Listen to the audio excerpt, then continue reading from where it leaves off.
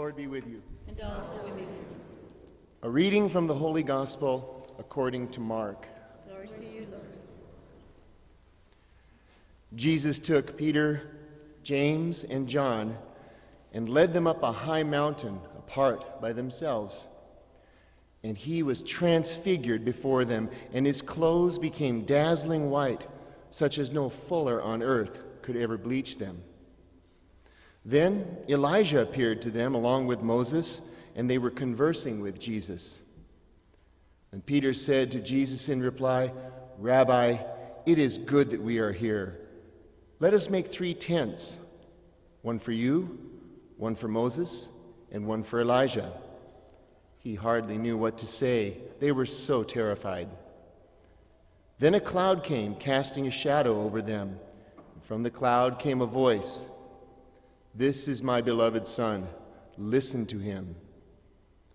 Suddenly, looking around, they no longer saw anyone but Jesus alone with them. As they were coming down from the mountain, he charged them not to relate what they had seen to anyone, except when the Son of Man had risen from the dead. So they kept the matter to themselves, questioning what rising from the dead meant. The Gospel of the Lord.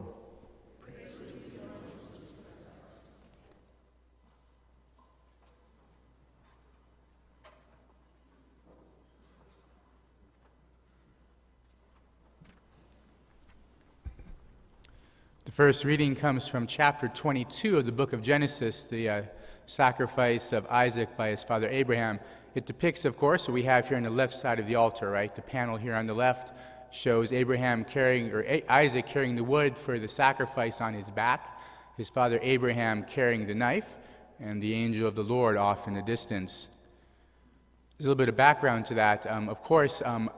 Abraham and Sarah are very advanced in years, and the Lord has promised to Abraham that through his offspring, through Sarah, that his descendants would be as numerous as the stars of the sky. And so Abraham has no children with Sarah. She's barren. Earlier on, a couple chapters earlier in Genesis, Sarah says to Abraham, "Take my handmaid, Hagar, my servant, my slave, and have children with her." So Abraham does that, and he has a son through Hagar, who is the slave of his wife Sarah. And that son is called Ishmael. And it's not the son of the promise. It's not the one that God had promised to him, but it's a son. It was a different time, a different place, different traditions, of course. It was a son, Ishmael. Finally, though, Isaac is born. And Isaac, as you can well imagine, as being parents yourself, is the apple of Abraham's eye. This is the one whom he loves more than anyone else in the world. And so we get to chapter 22. And God says to Abraham, "Take your son, your only son, whom you love, Isaac, and sacrifice him at the place that I will point out to you." In the Hebrew, it doesn't follow exactly the same order that we heard in the English. And the Jewish rabbis have talked about this kind of dialogue between God and Abraham. And again, putting yourself in the place of Abraham, right? The 2 sons and the one that you love more than anything else in the whole world. And God says to Abraham, "Take your son." Abraham says, "Which one?" "Your only son." "I have 2 sons. The one whom you love." "I love them both." "Isaac." "Oh no, that's the wrong one.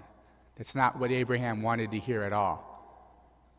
Abraham is hoping against hope that God will not name Isaac, right? That he will not be asked to do that test. Anything but that, Lord. Anything else. Just don't ask me to sacrifice my son Isaac.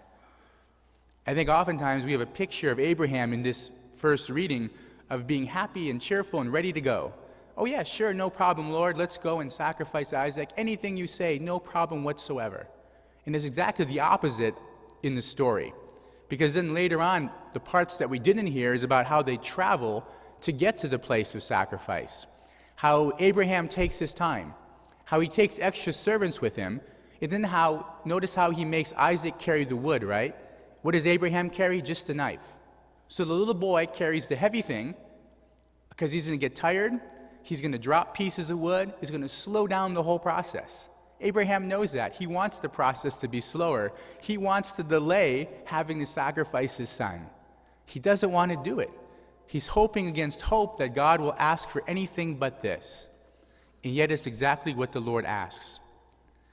There's some tender conversation in that passage too, which we didn't hear, between father and son.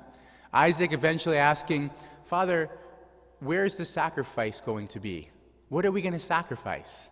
And Abraham's response is simply, "God will provide." Again, hoping and having faith that God is going to get him out of this in some way, which eventually he does, as he raises a knife and is ready to sacrifice his son Isaac. The second reading came from Romans chapter 8. And Paul says, God did not spare his own son. And so the fathers of the church saw in that right away that God spared the son of Abraham, didn't he? God spared Abraham's son from having to die on the wood of sacrifice. But God didn't spare his own son, Jesus, from having to die. God made Jesus go through with it all the way.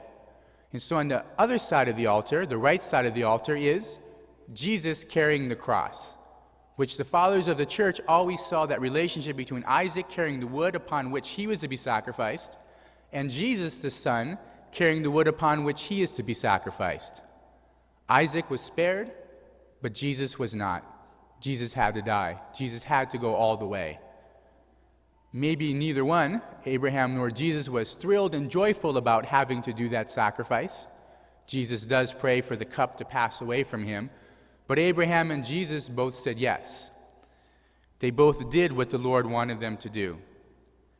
Maybe in the end, in our own lives, our faith is demonstrated to God, but more importantly to yourself. You can demonstrate your faith to yourself when you do what's right, even though it's what's difficult to do. For example, maybe it's coming to Mass every single Sunday, a difficult thing to do.